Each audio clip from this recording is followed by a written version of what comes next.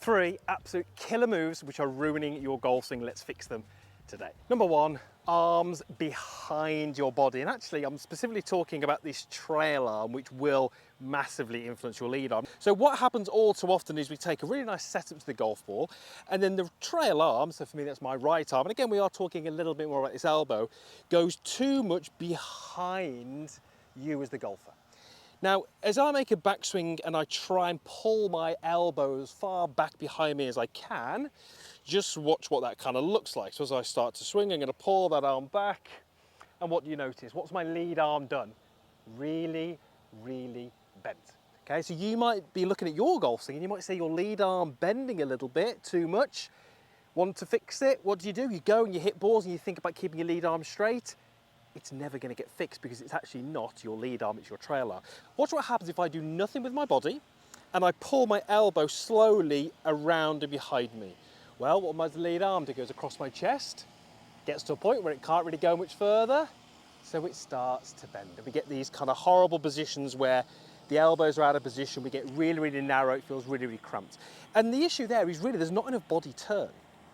So if you see that happening, it's very often because the torso and your chest is a little bit too static, your arms go far too fast relative to your body, and then we get these really horrible backswings where the arms are stuck behind you. Why is that an issue? Well, if I take my left arm off and I work back towards the golf ball, I'm going to be really kind of stuck and cramped, and I'm going to start to release it really early that way. So what I'd love you to do, try this little exercise. Club goes on the floor to begin with, bounce all over the place. Hands down here, take your left hand, your glove hand, hook it behind your kind of elbow. Now, as I try and pull my arm behind my body, guess what? It can't go there. So it forces me now to actually rotate, and as I rotate, I can fold the arm correctly, but it's always in front of me. It's never behind me. You can see where my elbow position is there relative to my body. So try this, a great little exercise. You're going to go body turn, let the arm fold, it's always in front of you. Turn, fold, always in front of you. That is going to feel very, very different. And if you do that with that trail arm, what your lead arm is going to do is it's going to be able to stay pretty straight. So the first little exercise is that one arm drill. You can do it with a golf club if you want. You can go here, you can work it back, left arm goes on, nice and extended, and from there I can go ahead and make some swings. Second one, really, really common, having an excessively cupped lead wrist at the top. You probably know I've been using a hack motion for a while now. One of the things it's really allowed me to do is see these really common traits that happen amongst the amateur game and how they manifest themselves into swing faults. Having the wrist far too extended at the top is, well, I'm going to put it in there as one of the most harmful faults and one of the most common faults. Basically what it does, if I come a little closer, is as we extend the wrist, it twists the golf club. Now, all golfers twist the golf club through the swing. The issue is, when we do this, it's a motion which twists the face open.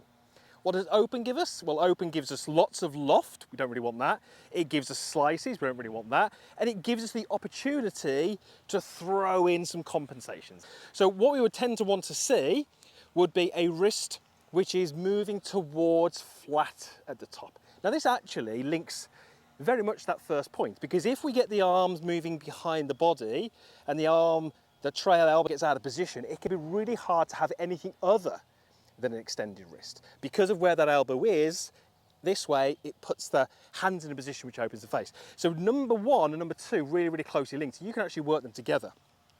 But what I'd love you to do is think about the shape that's in your lead wrist. I've got some extension.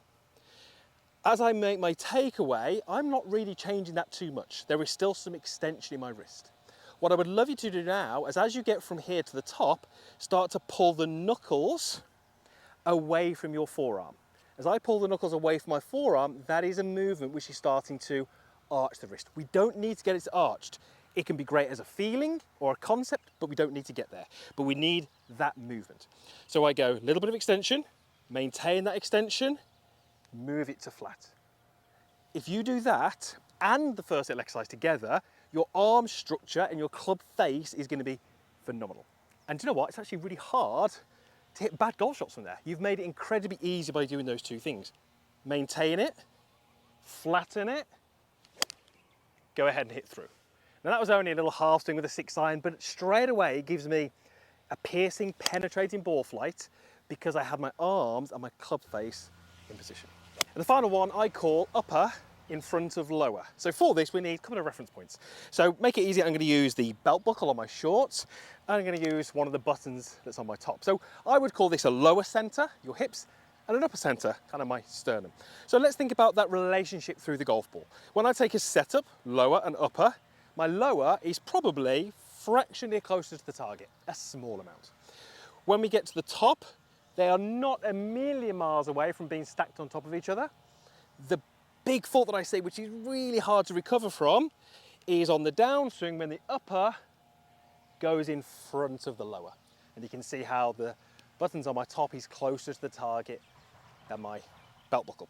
What that does, it does two things. It gets you really, really steep, and it probably means that you're not going to continue with that.